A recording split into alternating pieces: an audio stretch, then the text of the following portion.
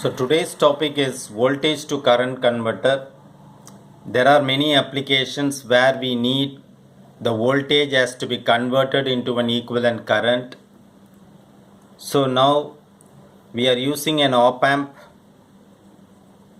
Vin is here R1, RF or otherwise called as load resistance. The current through here is IF or load current. This point is V out. So if we have V in at this point in the op amp, here also V in. That means if this is V in, this point is also V in. So I am writing here it as V in. Now at this junction point, three currents are there.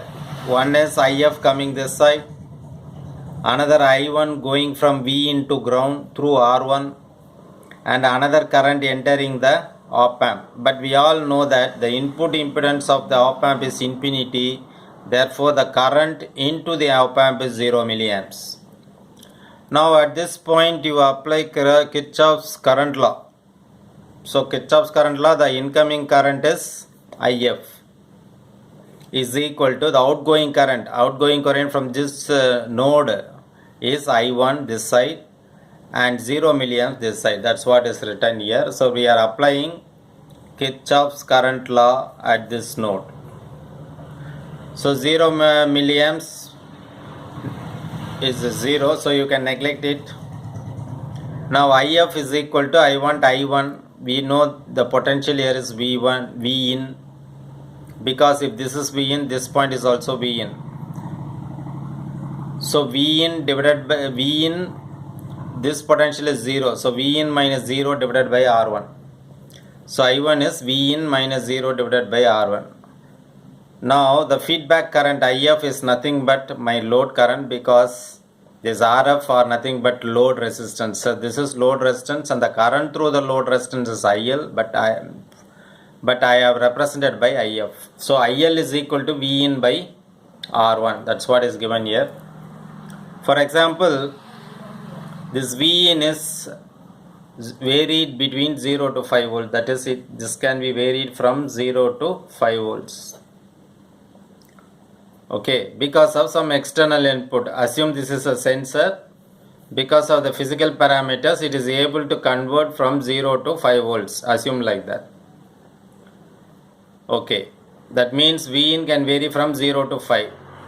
R1, this R1 value, you assume that to be 250 ohms. So now we will find out what is the load current IL, IF or IL. Now when V in is 0, this is 0, 0 by anything is 0, therefore load current or feedback current is 0. When V in is 1, so this 1 divided by R1, R1 we know 250, so 1 volts divided by 250 multiplied divided by 1000, this 250, this will go for 4 times, 4 into 1 4 divided by this 1000, therefore 4 milliamps.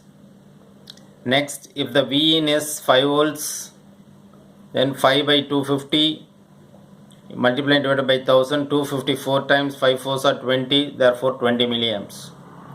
Therefore, if assume this is a sensor now, this is a sensor, and that sensor converts physical parameters into voltage of 0 to 5 volts. That means the corresponding current through the load varies from the current, load current varies from 0 milliamps to 20 milliamps. That means what? For 0 volts, it gives 0 milliamps.